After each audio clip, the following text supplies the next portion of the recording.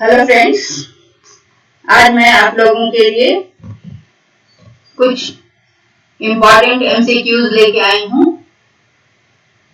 जो कि आप केवल चाइल्ड डेवलपमेंट एंड पेडागोजी से ही नहीं है बल्कि मिक्स है और आप लोगों के लिए इम्पोर्टेंट है। तो हम लोग शुरू करते हैं एक एक करके, ठीक है। सबसे पहला क्वेश्चन है, सृजनात्मक शिक्षार्थी वह है जो ड्राइंग और पेंटिंग में बहुत विलक्षण है। मतलब सृजनात्मक का क्या मतलब है? क्रिएटिव स्टूडेंट वह है जो कि ड्राइंग और पेंटिंग में बहुत विलक्षण है, बहुत बुद्धिमान है। और तीसरा है कि परीक्षा में हर बार अच्छे अंक प्राप्त करता है, ठीक है। तो हर बार अच्छे अंक प्राप्त करता है। और चौथा है कि पार्श्व चिंतन और समस्या समाधान में अच्छा है।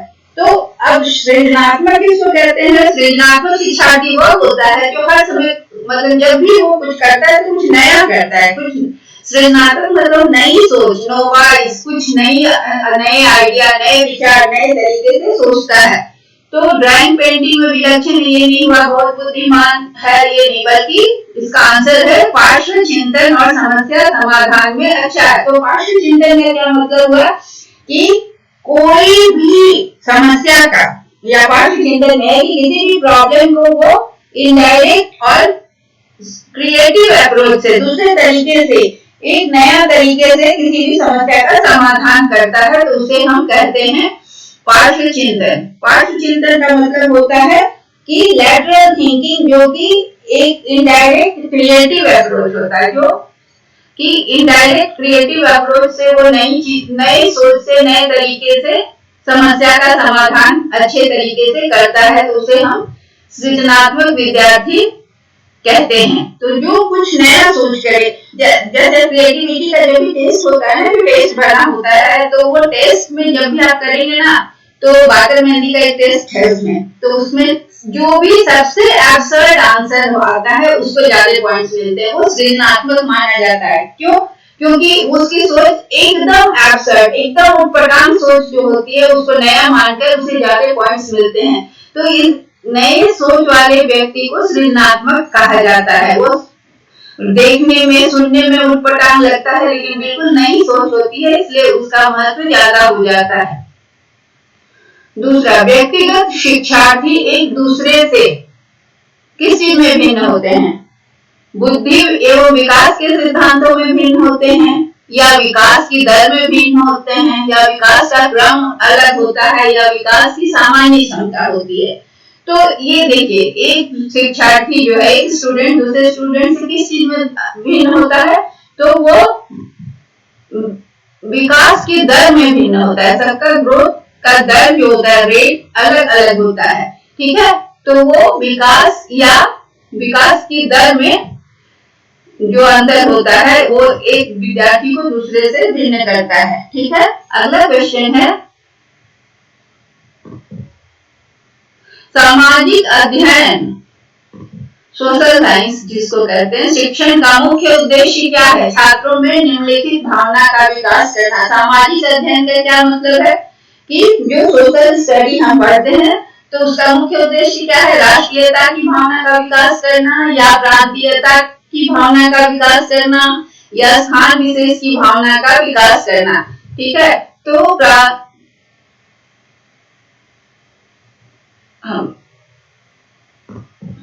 प्रांतीयता की भावना का विकास करना, स्थान विशेष की भावना, जिस स्थान पे आप रहते हैं उसकी भावना का विकास करना, या फिर यहाँ पर की होगा ऐसे, ठीक है। प्रांतीयता की भावना का विकास करना, स्थान विशेष की भावना का, या जातीयता की भावना का। तो सामाजिक अध्ययन क्यों पढ़ाया जाता है? सामाजिक अध्ययन, इसलिए सामाजिक अध्ययन सोशल साइंस होता है, जिसमें कि बहुत सारे विषय आज के सोशल स्टडीज में तो बहुत ही आ गए ना, तो उसमें भूगोल भी है, इतिहास भी है, और अर्थशास्त्र भी है, और नागरिकता भी है। तो कौन सी भावना का विकास करने के लिए पढ़ाया जाता है? तो इसका मुख्य उद्देश्य है राष्ट्रीयता की भावना का विकास करना, ठीक है। अगला क्वेश्चन है, सामाजिक विज्ञान के अध्यापक का क्या उद्देश्य होता है? सामाजिक विज्ञान जो अध्यापक पढ़ाता है उसका क्या उद्देश्य है? सामाजिक समरसता का विकास करना, सामाजिक विज्ञान का नव निर्माण करना, सामाजिक समस्याओं का समाधान ढूंढना या उपरोक्त सभी। तो इसमें क्या है कि सामाजिक विज्ञान का जो अध्यापक होता है वो क्या करता है? सामाजिक समरसता मतलब इक्वलिटी, समरसता मतलब समाज में समानता का विकास करना, सामाजिक विज्ञान का नव निर्माण करना और समाज में जो भी समस्याएं हैं उसका समाधान ढूंढना। तो ये तीनों चीजें होती हैं सामाजिक विज्ञान के शिक्षक का उद्देश्य तीनों होता है। ठीक है, अगला क्वेश्चन है, मन का मानचित्रण संबंधित है, जिसको हम माइंड मैपिंग भी कहते हैं। तो मन का मानचित्रण क्या चीज से संबंधित है? यह डीप लर्निंग से, जो गहराई से आप अध्ययन करते हैं, सीखते हैं, अधिगम गहराई से जो पढ़ते हैं उससे संबंधित है।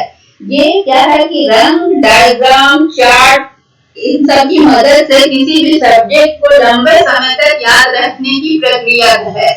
तो इसीलिए मन का मानचित्रण करके किसी भी पढ़ाई को लंबे समय तक याद रखा जा सकता है। उसके लिए क्या क्या चीज का सहारा लिया जाता है? डायग्राम का, चार्ट का, रंग का, इन सब की मदद से।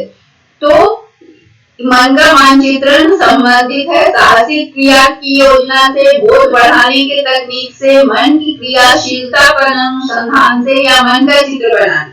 तो इसका आंसर यही होगा कि मन की क्रियाशीलता पर अनुसंधान किया जाता है, कि उस मन का क्रियाशीलता, माइंड का मैपिंग किया जाता है। तो देखा ये मन की क्रियाशीलता क्या होती है, जब विविध तरह की चीजों से वही चीज को समझाया जाता है तो वो लर्निंग लॉन्ग लास्टिंग होती है। ठीक है, अगला क्वेश्चन है, जब बच्चा,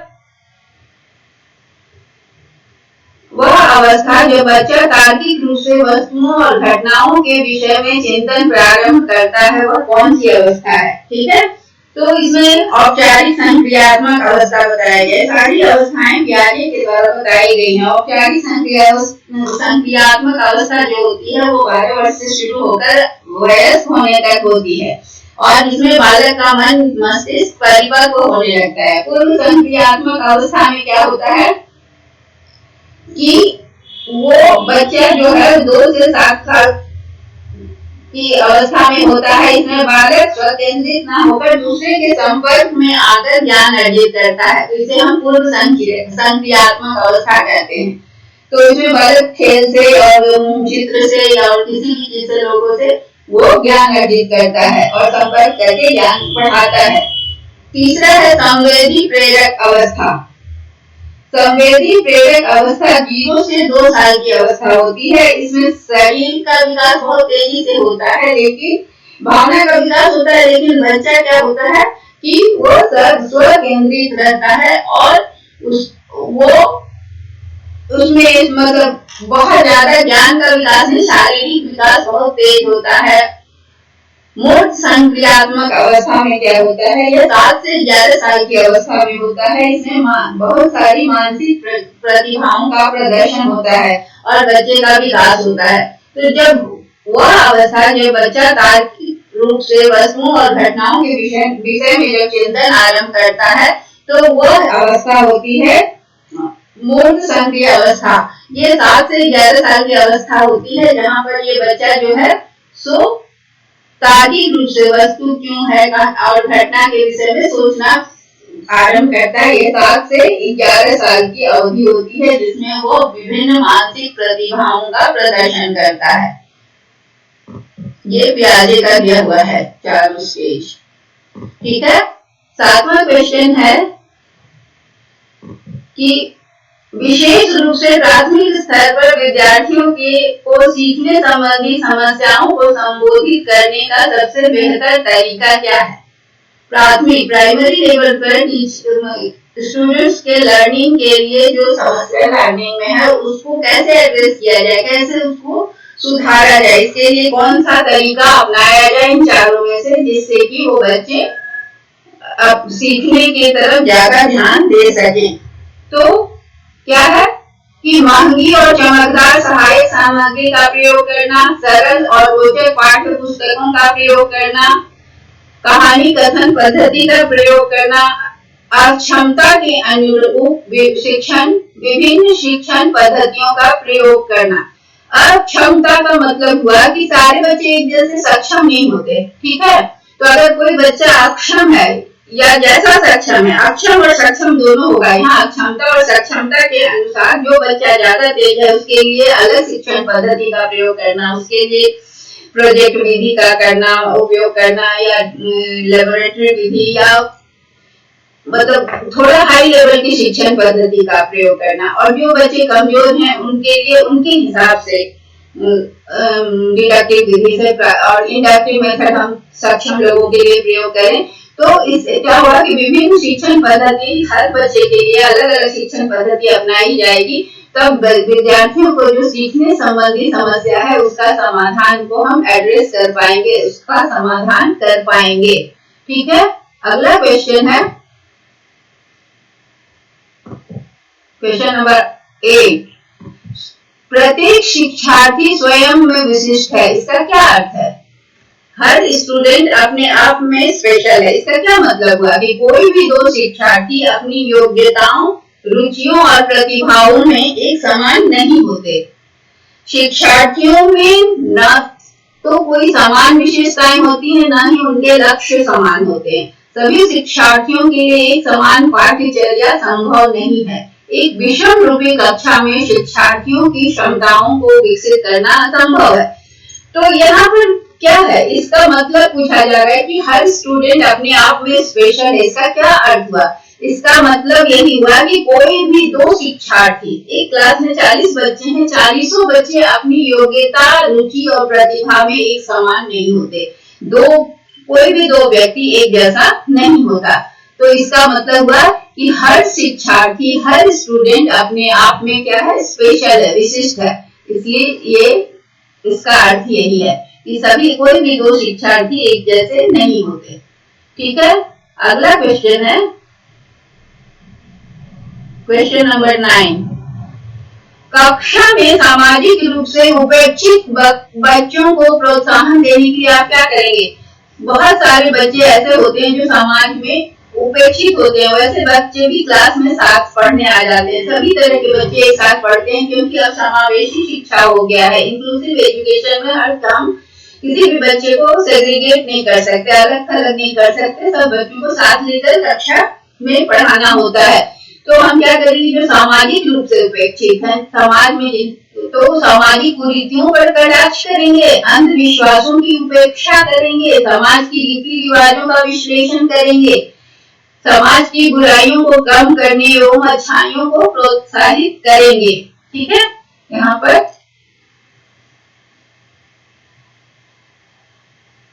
करेंगे, ये पेन ठीक से नहीं चल रहा है।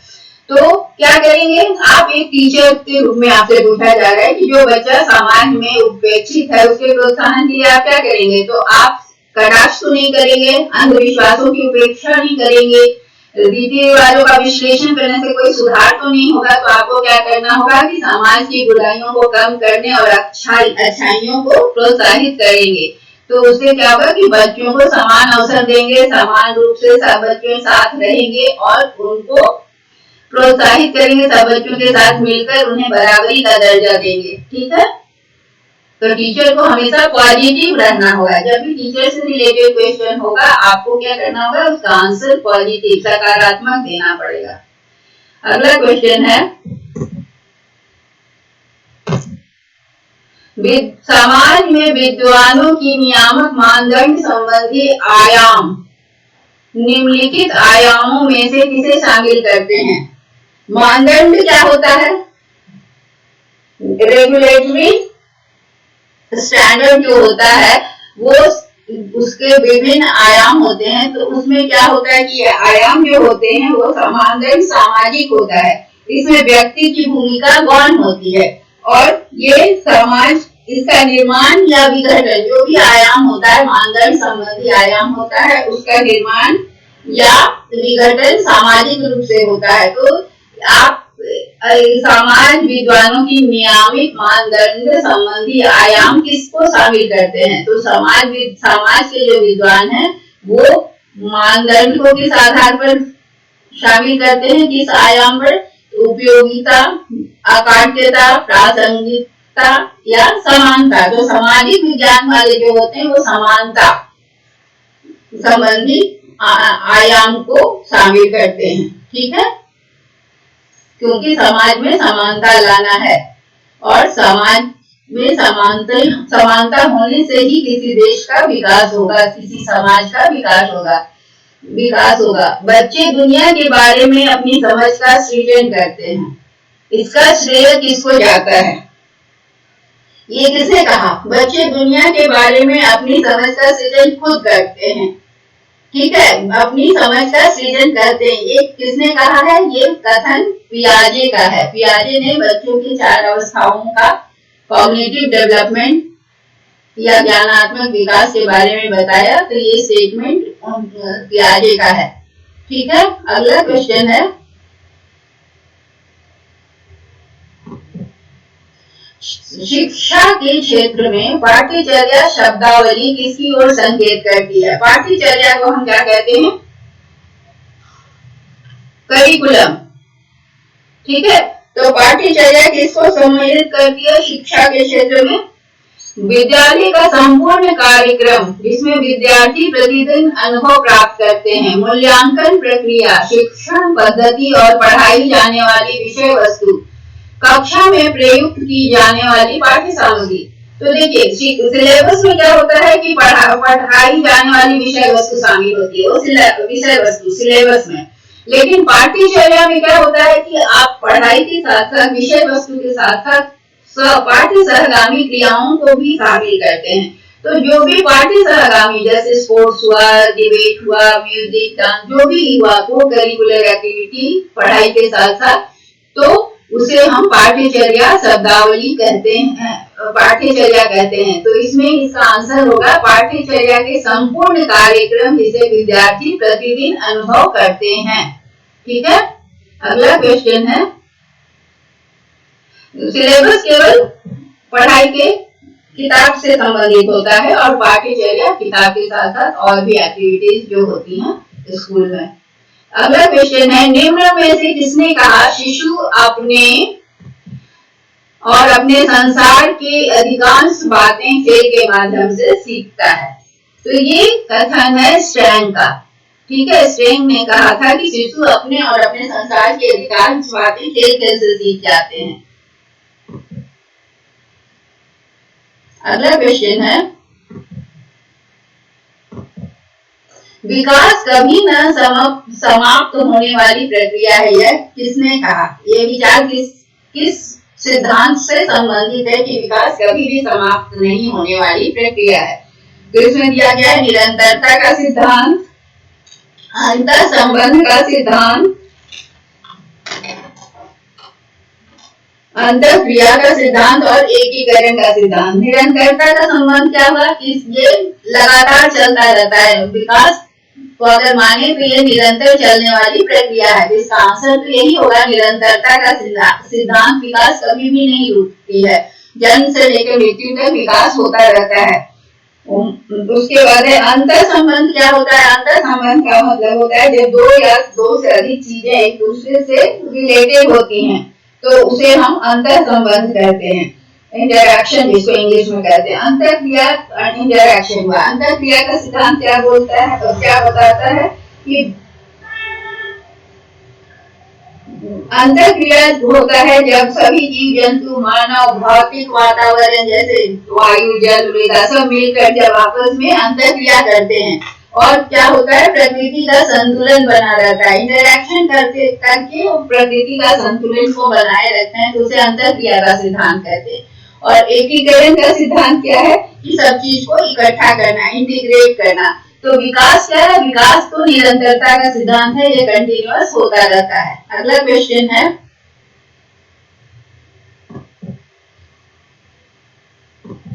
निम्नलिखित में से किस अवस्था में बच्चे अपने समवयस्क समूह के सक्रिय सदस्य हो जाते हैं? प्रौढ़ावस्था, किशोरावस्था, बाल्यावस्था या पूर्व बाल्यावस्था? तो ये किशोरावस्था ही ऐसी अवस्था है जिसमें बच्चे अपने पीयर ग्रुप, अपने उम्र के बच्चों के साथ सक्रिय सदस्य हो जाते हैं, क्योंकि किशोरावस्था एक तूफानी समय होता है मनुष्य के जीवन में। वो समय बहुत तनाव भी होता है और बहुत संघर्ष भी होता है, क्योंकि बच्चों के शरीर में, मन में बहुत तरह के परिवर्तन होते हैं, शारीरिक परिवर्तन होता है, बहुत तरह के परिवर्तन, लड़के लड़कियों में अलग अलग तरह के परिवर्तन होते हैं, जिससे वो घबरा जाते हैं। मानसिक भी परिवर्तन होता है, इमोशनल परिवर्तन होता है। तो वो ये सारी चीजों को किससे डिस्कस करें? वो बच्चे ना बच्चे रह जाते हैं ना बड़े होते हैं, तो ना बच्चों के ग्रुप में उन्हें एक्सेप्टेंस मिलती है, ना बड़े भी उनको एक्सेप्ट नहीं करते, बोलते जाओ तुम अभी छोटे हो। तो ऐसी अवस्था में वो बच्चे कंफ्यूज हो जाते हैं और ऐसे में वो अपने ग्रुप के, अपने एज ग्रुप के लोगों के साथ एक समूह के सक्रिय सदस्य हो जाते हैं और सबकी एक ही समस्या होती है और वो आपस में डिस्कस करते हैं और सब बच्चों का ज्ञान अधकचरा होता है उस अवस्था में, तभी उसी फेज से गुजर रहे होते, तो कोई किसी को सही निर्देश नहीं दे पाता।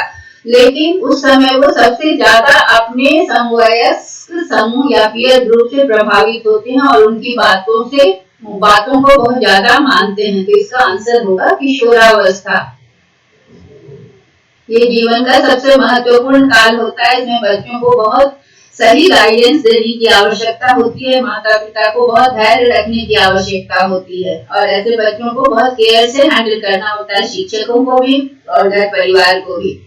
6 से 10 वर्ष की अवस्था में बालक रुचि लेना आरंभ करता है। किस चीज में बालक रुचि लेना आरंभ करता है? 6 से 10 साल की अवस्था में। तो धर्म में नहीं, तब बालक को स्कूल में दोस्त बन जाते हैं और उसके बाद वो स्कूल में रुचि लेना आरंभ करता है, उसे स्कूल में अच्छा लगने लगता है, वो स्कूल जाना चाहता है, दोस्तों से मिलना चाहता है और उसे वहां मन लगता है। ठीक है, अगला क्वेश्चन है,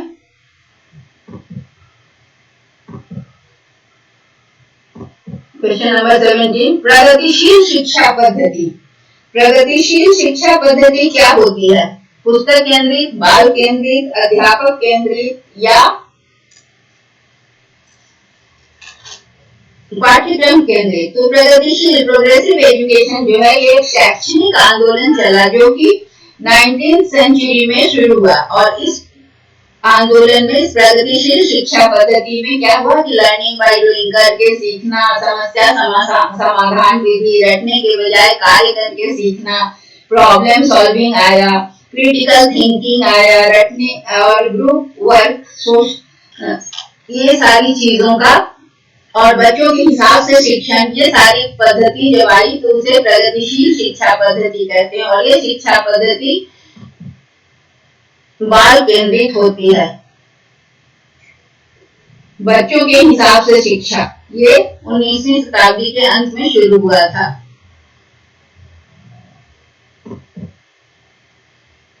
अगला क्वेश्चन है, सामाजिक अध्ययन का अर्थ है परिवार का अध्ययन, आवरण का अध्ययन, समाज का अध्ययन, उपरोक्त में से कोई नहीं। तो सीधी सी बात है कि सामाजिक अध्ययन का अर्थ है समाज का अध्ययन। ठीक है, इसमें परिवार भी आ जाता है समाज में। अगला क्वेश्चन है, राष्ट्रीय पाठ्यचर्या की रूपरेखा, नेशनल करिकुलम फ्रेमवर्क। राष्ट्रीय पाठ्यचर्या की रूपरेखा को कहते हैं नेशनल करिकुलम फ्रेमवर्क, 2005 में आया था। सामाजिक विज्ञान के संदर्भ में दी जाती है कि संदर्भ में एक मिनट, सामाजिक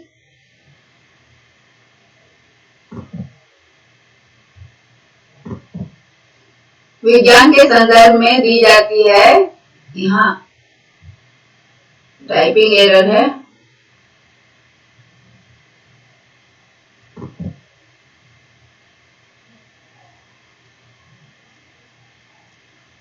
कि बच्चे के विद्यालय जीवन का मेल किससे होना चाहिए। राष्ट्रीय पाठ्यचर्या में 2005 में सामाजिक विज्ञान के संदर्भ में कहा गया है कि बच्चे का जो विद्यालय का जीवन है वो किससे जुड़ा होना चाहिए, किताबी ज्ञान से जुड़ा होना चाहिए या शिक्षकों की अपेक्षाओं से जुड़ा होना चाहिए या कक्षा के जीवन से होना चाहिए या बाहर के जीवन के साथ होना चाहिए। तो ये आप सोच के देखिए, किताबी ज्ञान भी सीमित है, शिक्षकों की अपेक्षा से तो बच्चों का ज्ञान नहीं जुड़ा होना चाहिए, विद्यालय जीवन नहीं जुड़ा होना चाहिए, ना ही कक्षा बल्कि बाहर के जीवन से जुड़ा होना चाहिए। ये एनसीएफ इसको कहते हैं, नेशनल करिकुलम फ्रेमवर्क, एनसीएफ 2005 के अनुसार बाहर के जीवन से जुड़ा होना चाहिए। ठीक है, अगला क्वेश्चन है, सामाजिक विज्ञान के बारे में निम्नलिखित में से कौन सा कथन गलत है? सामाजिक विज्ञान स्वतंत्रता, विविधता के प्रति सम्मान आदि जैसे मानवीय मूल्यों का निर्माण एवं विस्तार करता है। क्योंकि सामाजिक विज्ञान मनुष्यों से संबंध है, इसलिए उनकी खोज की प्रकृति वैज्ञानिक नहीं है। सामाजिक विज्ञान विश्लेषणात्मक और सृजनात्मक सोच के लिए नींव रखा। सामाजिक विज्ञान में ऐतिहासिक, भौगोलिक, आर्थिक, राजनीतिक आयामों से लेकर समाज के विविध सरोकार शामिल होते हैं। तो सारा सही लग रहा है, केवल यही है कि क्योंकि सामाजिक विज्ञान मनुष्यों से संबंधित है, इसलिए इसकी खोज की प्रकृति वैज्ञानिक नहीं है। ये यहाँ इसका यहाँ लिख दे, क्योंकि को हटा ही दे रहे, क्योंकि रखने की जरूरत ही नहीं। तो इसका आंसर है बी। ठीक है, अगला क्वेश्चन है 21, क्वेश्चन नंबर 21, क्रियात्मक अनुसंधान क्या है? ये बहुत इंपॉर्टेंट क्वेश्चन है, नेट में भी आता है, टेट में भी आता है। इसको एक्शन रिसर्च कहते हैं। एक्शन रिसर्च क्या होता है? तो जब भी क्लासरूम में कोई भी समस्या होती है तो उसके समाधान के लिए जो तुरंत टीचर कुछ उपाय लाते हैं, कुछ उपाय करते हैं, तो उसे विद्यालय से संबंधित जो टीचर या विद्यालय का प्रशासन विद्यालय की समस्याओं का अध्ययन करके उसमें उसकी गतिविधियों में सुधार लाना चाहते हैं, तो उसे हम क्रियात्मक अनुसंधान कहते हैं। मान लीजिए क्लास में कोई प्रॉब्लम है, कोई बच्चा रोज लेट आता है, तो उसको सुधारने का तरीका जो किया जाएगा तो उसे एक्शन रिसर्च कहा जाता है। इसे क्रियात्मक अनुसंधान का उद्देश्य है नवीन ज्ञान का खोज, कक्षा, विद्यालय तथा कक्षा की शैक्षिक कार्य प्रणाली में सुधार लाना, शिक्षक परिस्थितियों में व्यवहार विज्ञान का विकास, ये सभी नहीं। इसका आंसर होगा विद्यालय तथा कक्षा की प्रणाली में सुधार लाना। ठीक है, ये क्लास रूम के प्रॉब्लम को सॉल्व करने के लिए किया जाता है एक्शन रिसर्च, या स्कूल के प्रॉब्लम, इमीडिएट प्रॉब्लम के सुधार के लिए। अगला क्वेश्चन है, वर्तमान में किस प्रकार की शिक्षा छात्रों तथा समाज के लिए लाभप्रद है? रोजगार परक व्यावसायिक शिक्षा, विशेषज्ञता प्रदान करने वाली शिक्षा, प्रौद्योगिक का ज्ञान देने वाली शिक्षा, नैतिक मूल्यों को उजागर करने वाली धार्मिक शिक्षा। तो ये तो तय है कि शिक्षा कैसी होनी चाहिए, रोजगार परक व्यावसायिक शिक्षा होनी चाहिए, ताकि छात्र पढ़ने के बाद रोजगार उन्हें मिल सके और वो अपना खर्च निकाल सके। तो इसलिए रोजगार परक व्यावसायिक शिक्षा होनी चाहिए। अगला क्वेश्चन है, बच्चों में मौलिक चिंतन की शक्ति विकसित की जा सकती है, स्व अध्ययन से बढ़ती है, जन्मजात होती है, ए और बी दोनों। तो मौलिक चिंतन की शक्ति जो है ना, उसको हम क्या कर सकते हैं, विकसित कर सकते हैं। कैसे विकसित कर सकते हैं? बच्चों को मौलिक चिंतन क्या होता है? मौलिक चिंतन होता है जो कि खुद से होता है, किसी का नकल या किसी के आधार पर नहीं होकर अपनी उस भावना से अपने अंदर से आती है, उसे मौलिक चिंतन कहते हैं। तो मौलिक चिंतन की जो शक्ति है बच्चों में, उसको हम क्या कर सकते हैं, उसको बढ़ा भी सकते हैं और वो स्वाध्याय से बढ़ती है, स्व अध्ययन से बढ़ती है। इसलिए इसका आंसर होगा ए और बी दोनों। अगला क्वेश्चन है, एक शिक्षक के रूप में देखिए आपका रोल फिर पूछा जा रहा है कि किस भावना को बढ़ाने में मदद करेंगे। तो आप ध्यान रखेंगे कि इसका आंसर हमेशा पॉजिटिव आएगा। भेदभाव की भावना को बिल्कुल नहीं, ईर्ष्या की भावना को बिल्कुल नहीं, एक दूसरे की मदद करने की भावना को, जाति धर्म के नाम पर कोई भेदभाव ना हो, तो आप इस भावना को बढ़ाने में मदद करेंगे। तो इसमें होगा कि जाति और धर्म के आधार पर कोई भेदभाव ना हो, क्योंकि यही समस्या अभी बहुत बढ़ रही है, तो इसको हमें दूर करना है। तो एक शिक्षक के रूप में आप स्टूडेंट्स में जाति और धर्म के नाम पर भेदभाव ना करेंगे। छात्र केंद्रित शिक्षण का आशय क्या है? आशय क्या है? तो छात्र केंद्रित, चाइल्ड सेंटर्ड जो एजुकेशन होता है उसका क्या मतलब है? प्रत्येक छात्र की आवश्यकता का ध्यान रखना, शिक्षण में छात्रों का पूर्ण सहयोग लेना, सभी छात्रों को निःशुल्क शिक्षा देना, छात्रों को मनमानी करने की छूट देना। नहीं, छात्र केंद्रित है, इसका मतलब क्या है कि हर छात्र की आवश्यकता का ध्यान रखना, प्रत्येक छात्र की आवश्यकता का ध्यान रखना ही छात्र केंद्रित शिक्षण होगा। ठीक है, अगला क्वेश्चन है, बाल मनोविज्ञान की सहायता से शिक्षक किस बात का ज्ञान प्राप्त कर सकता है? छात्रों की अभिरुचि, इंटरेस्ट, झुकाव क्या होता है, छात्रों की क्षमता, क्या कैपेसिटी है, कितना वो कर सकते हैं, छात्रों का चेतन और अचेतन व्यवहार, चेतन और अचेतन, चेतन व्यवहार क्या होता है, इसका संबंध है चेतन मतलब वर्तमान से, कि जो भी वो कर रहा है, पढ़ रहा है, लिख रहा है, जागरूकता शारीरिक स्तर पर, मानसिक स्तर पर जो उसको ज्ञान प्राप्त कर रहा है उसे चेतन कहते हैं। और चेतन और अचेतन के बीच आता है अर्धचेतन। ठीक है, तो अर्धचेतन क्या है? वैसे भाव जो वर्तमान में चेतना में नहीं होते, मन का वह भाव जिससे कि हम चाहे तो कोशिश करके याद कर सकते हैं, तो वो अर्धचेतन भाव। अचेतन क्या होगा? तो अचेतन ना तो चेतन में है ना अर्धचेतन में, मन का वह भाव जो कि व्यक्ति इच्छा अनुसार अगर याद भी करके लाना चाहे तो वो नहीं ला सकता है। इसका उदाहरण दिया गया है एक आइसबर्ग से। ठीक है, आइसबर्ग जो होता है वो बर्फ का बहुत बड़ा शिला होता है जो पानी के ऊपर तैरता है। तो 10% जो पानी के ऊपर दिखता है आइसबर्ग, फिर पानी आ जाता है, फिर उसके बाद नीचे 90%। तो चेतन क्या है? जो 10% ऊपर दिख रहा है। और अर्धचेतन क्या है? जो पानी के सरफेस में है, पानी के सरफेस में जो है, और 90% जो नीचे है वो अचेतन है, जिसका पता नहीं होता। तो बाल मनोविज्ञान की सहायता से छात्र किस बात का ज्ञान, ये शिक्षक किस बात का ज्ञान प्राप्त कर सकता है? तो वो तीनों चीज का ज्ञान प्राप्त कर सकता है, छात्रों की अभिरुचि, छात्रों की क्षमता, और चेतन और अचेतन। अर्धचेतन व्यवहार को अचेतन को नहीं कर सकता, अर्धचेतन होगा यहाँ। ठीक है, अगला क्वेश्चन है, अर्धचेतन ही होगा, अचेतन तो पता ही नहीं, ज्ञान प्राप्त कर ही नहीं सकता, क्योंकि छात्र उसको याद नहीं कर सकता। निम्नलिखित में से कौन सा बुद्धि का लक्षण नहीं है? ठीक है, बुद्धि का कैरेक्टरिस्टिक्स नहीं है, आपको ये बताना है। यह मनुष्य को सीखने में सहायता करती है, ज्ञान और बुद्धि अलग अलग है, यह अर्जित की जा सकती है, जन्मजात होती है। देखो, बुद्धि सीखने में सहायता देती है, लक्षण है बुद्धि का, ज्ञान और बुद्धि अलग अलग है। ठीक है, यह अर्जित की जा सकती है, बुद्धि को अर्जित नहीं कर सकते, बुद्धि जन्मजात होती है। ठीक है, उसको परिष्कृत कर सकते हैं लेकिन अर्जित नहीं कर सकते। ठीक है, अनुभव से वो थोड़ा बुद्धि अनुभव में मिलकर बढ़ सकता है। बच्चों में असमायोजन और कुंठा तब उत्पन्न होता है, जब कब उत्पन्न होता है असमायोजन? असमायोजन क्या होता है कि जब बच्चा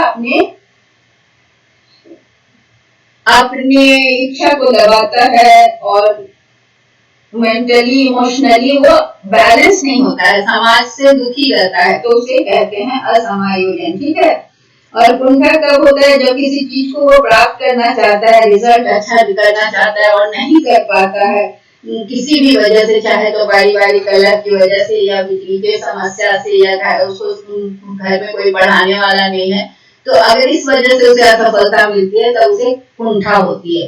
तो कब होता है बच्चा में असमायोजन और कुंठा? जब वो भावना को उसको दबाना पड़ता है तब उसे असमायोजन होता है। क्या होता है कि वो इम्बैलेंस हो जाता है, असामाजिक हो जाता है, इमोशनली दुखी होता है। तो ये सब तब होता है जब उसकी मनोवैज्ञानिक या भौतिक आवश्यकताओं की उपेक्षा की जाती है। वे परीक्षा में पास नहीं हो पाते, उन्हें पाठशाला नहीं भेजा जाता, उनके माता पिता अत्यधिक प्यार दिलाए जाते नहीं। इसका आंसर होगा कि जब उनके मानसिक और मनोवैज्ञानिक और भौतिक आवश्यकताओं की उपेक्षा की जाती है तो बच्चों में मैल एडजस्टमेंट एंड फ्रस्ट्रेशन, जिसको असमायोजन और कुंठा कहते हैं, उत्पन्न हो जाती है। अगला क्वेश्चन है, शिक्षा के स्तर को ऊंचा उठाने के लिए निम्नलिखित में से क्या आवश्यक है? छात्रों का सतत मूल्यांकन, पाठ्यक्रम में संशोधन, अध्यापकों का उच्च वेतन, पाठ्य पुस्तक का सतत मूल्यांकन। नहीं, शिक्षा का स्तर तभी ऊंचा होगा जब छात्रों का सतत मूल्यांकन होता रहेगा कि बच्चे कैसा कर रहे हैं, जो भी पढ़ाया जा रहा है उसे समझ रहे हैं या नहीं समझ रहे हैं। तो इसका आंसर होगा छात्रों का सतत मूल्यांकन। तो ए, ऑप्शन ए, ठीक है। अब लास्ट क्वेश्चन हम लोग आ गए लास्ट क्वेश्चन पर। ये सब क्वेश्चन आपके लिए इम्पोर्टेंट है। अनौपचारिक शिक्षा किनके लिए है? जो शिक्षा पूरी करने से पहले स्कूल छोड़ चुके हैं, उन बच्चों के लिए जो स्कूल नहीं जाते, उन बच्चों के लिए जो कहीं काम कर रहे हैं, और चौथा है ये सभी। तो ये अनौपचारिक शिक्षा क्या होती है? जो ओपन स्कूल है, ओपन यूनिवर्सिटी है, खुले विद्यालय, पत्राचार पाठ्यक्रम, शिक्षा पाठ्यक्रम, जहाँ पर शैक्षिक स्थल नहीं होता है, मतलब कोई यूनिवर्सिटी या कोई कैंपस नहीं होता है, कोई बिल्डिंग नहीं होता है, और समय नहीं है फिक्स कि किस समय आप पढ़ेंगे, और ना ही अवधि है ना। इसमें क्या है कि ये कब शुरू हुआ था? नियमित शिक्षा और आकस्मिक शिक्षा, जो किसी वजह से शिक्षा नहीं प्राप्त कर सके उनको शिक्षा प्राप्त करने का अवसर दिया जाता है। वो कभी भी अपनी सुविधा के अनुसार अपनी गति से शिक्षा प्राप्त कर सकते हैं। तो ये